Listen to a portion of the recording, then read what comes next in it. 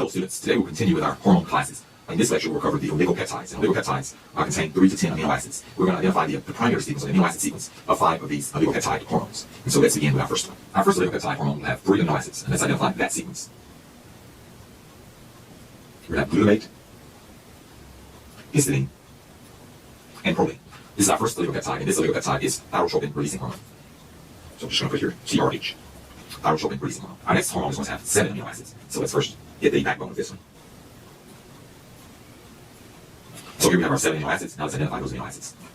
We have arginine, valine, tyrosine, isoleucine, histidine, proline, and phenylalanine. And this oligopeptide hormone is angiotensin 3.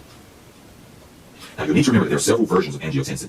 There's angiotensinogen, which is converted to angiotensin 1, and then angiotensin 1 is converted to angiotensin 2, and then angiotensin 2 is converted to angiotensin 3. So there's several versions of this hormone that causes vasoconstriction. So this is angiotensin 3. Let's look at our next oligopeptide hormone. Now this next oligopeptide hormone is going to have 10 amino acids.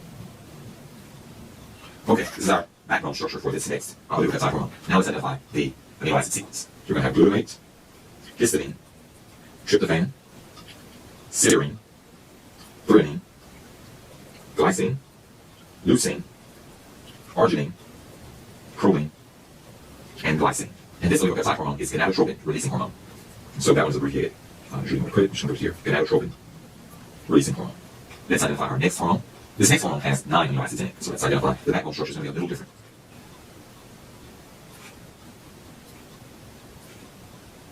Okay, now let's identify the amino acid sequence. Okay, these two have to be cysteine. Okay, and going around counterclockwise. We're going to have tyrosine, isoleucine, glutamate, aspartate, proline, leucine, and glycine. And so this oligopeptide hormone not only has primary structure, but it has a little secondary structure with this disulfide bridge with the 2 cysteines. This oligopeptide hormone is oxytocin. Oxytocin.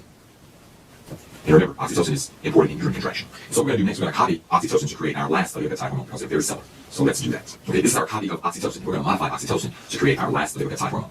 And so I've indicated here where the differences are with red. And so we're going to do, let's remove these amino acids. So we're going to remove isoleucine, and we're going to remove leucine. And we're going to put our new amino acids. Our new amino acids are going to be phenylalanine and arginine. So here we're going to put phenylalanine, and here we're going to put arginine. And now we have a new oligopeptide hormone. And this oligopeptide hormone is going to be antidiuretic hormone. ADH, antidiuretic hormone. And so these are the 5 oligopeptide hormones, the structure of the 5 oligopeptide hormones that you may or may not be responsible for. We have thyrotropin releasing hormone, angiotensin 3, gonadotropin releasing hormone, oxytocin, and antidiuretic hormone. And that concludes this lecture. Hope that you learned a lot.